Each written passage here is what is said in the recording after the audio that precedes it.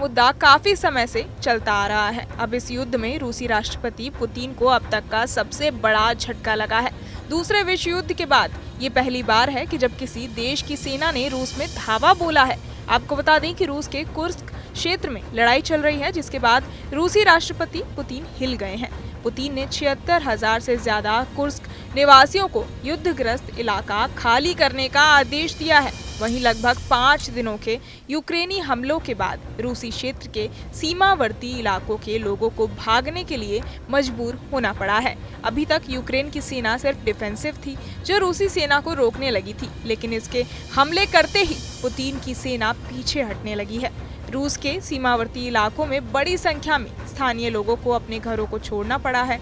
रूसी अधिकारी 8 क्षेत्रों में अस्थायी आवास स्थापित कर रहे हैं। पश्चिमी मीडिया की रिपोर्ट के अनुसार इस हमले से पुतिन परेशान हो गए हैं।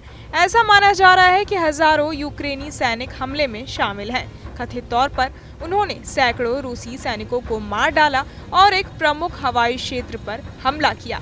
रूसी राजनेता अर्टेम शारोव ने लोगों को इलाका खाली करने को कहा है। उन्होंने कहा कि कुर्स्क क्षेत्र के सीमावर्ती इलाकों में आबादी को सहायता देने के लिए एक अंतर्विभागीय परिचालन मुख्यालय तैनात किया गया है। इसका प्राथमिक काम इस इलाके से भागे निवासियों का सुरक्षित पुनर्वास करना है। अब तक 76,000 से ज्यादा लोगों को अस्थायी रूप से सुरक्षित स्थानों पर बसाया गया है। पिछले कुछ दिनों में बार बार हमले के बाद लोगों को बसों, ट्रेनों और कारों के जरिए भागते हुए देखा गया है। इस हमले से हैरान पुतिन की सेना यूक्रेनी हमले को रोकने के लिए हर कोशिश कर रहे हैं। रूस को यूक्रेन पर कब्जा करने से अब अपनी जमीन को वापस हासिल करने के लिए संघर्ष करना पड़ रहा है। रूस ने शनिवार को 3 क्षेत्रों में बड़े पैमाने पर आतंकवाद विरोधी अभियान शुरू किया है।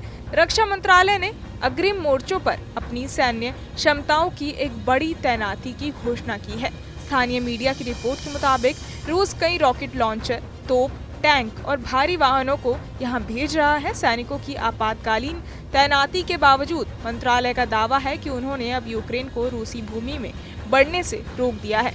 द सन की रिपोर्ट के मुताबिक कथित तौर पर एक जनरल का आरोप है कि क्रेमलिन ने यूक्रेन की जवाबी कार्रवाई की खुफिया चेतावनियों को खारिज किया।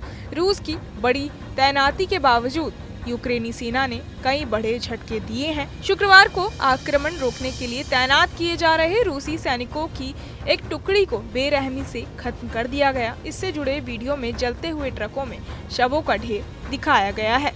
बहरहाल इस पूरी खबर को सुनकर आप क्या कुछ सोचते हैं, हमें कमेंट बॉक्स में जरूर बताएं और बाकी तमाम खबरों के लिए सब्सक्राइब करें न्यूज नेशन।